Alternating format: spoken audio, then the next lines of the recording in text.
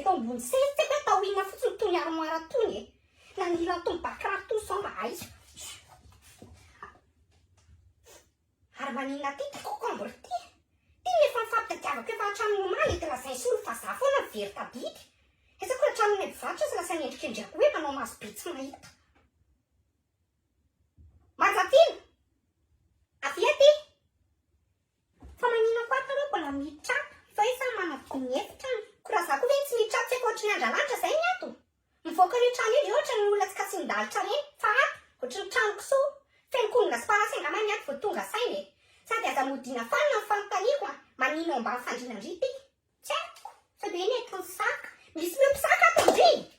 Zany mahatondrona ndry ny saka no matahotra kokombre ko lazay rehefa ilay saka ahoana. Fa ataoko inona koa ary iny e. Dry ty tena nanomboka tsy matimaty kololo mihitsy nanomboka andrina mpiasan'ino azoary iny e. Nanomboka andriny namana tamin'iny kala mioriny mihitsy e. Iny mihitsy angamba mitaritaritra andry io. Tena izy teneninareo fa efa ataoko tsy mahagaga-tsony. Jereo za mifamaly ndry. Rendreny za fa tsy ohatry ny reny namandry mbola tsy afataim-body reny e. Mba asio vajany any a. Fa sao dia mba voafelaky ny tamainy io vava mitsolatsolana io e. Manina zao io vava mitsolatsolana io raha tsy mba atao sy mba hitadiavana volana io ny anarana lesona. Fa tia aminah foana be atakatakin'iny. Mba za koa nge mba te hanao plezir e.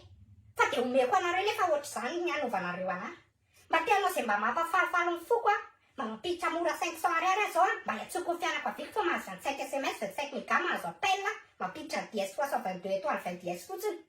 Fa ny anahy iny mbola omeko anareo no fitiavako anareo nefa za tsisy azany ato. Tsisy azany. Zany ianareo le manita dresaka. Trano maloto any dia tonga hatrany amin'ny hoe namako no lazaina faratsy taitsy. Ka mariny zaka.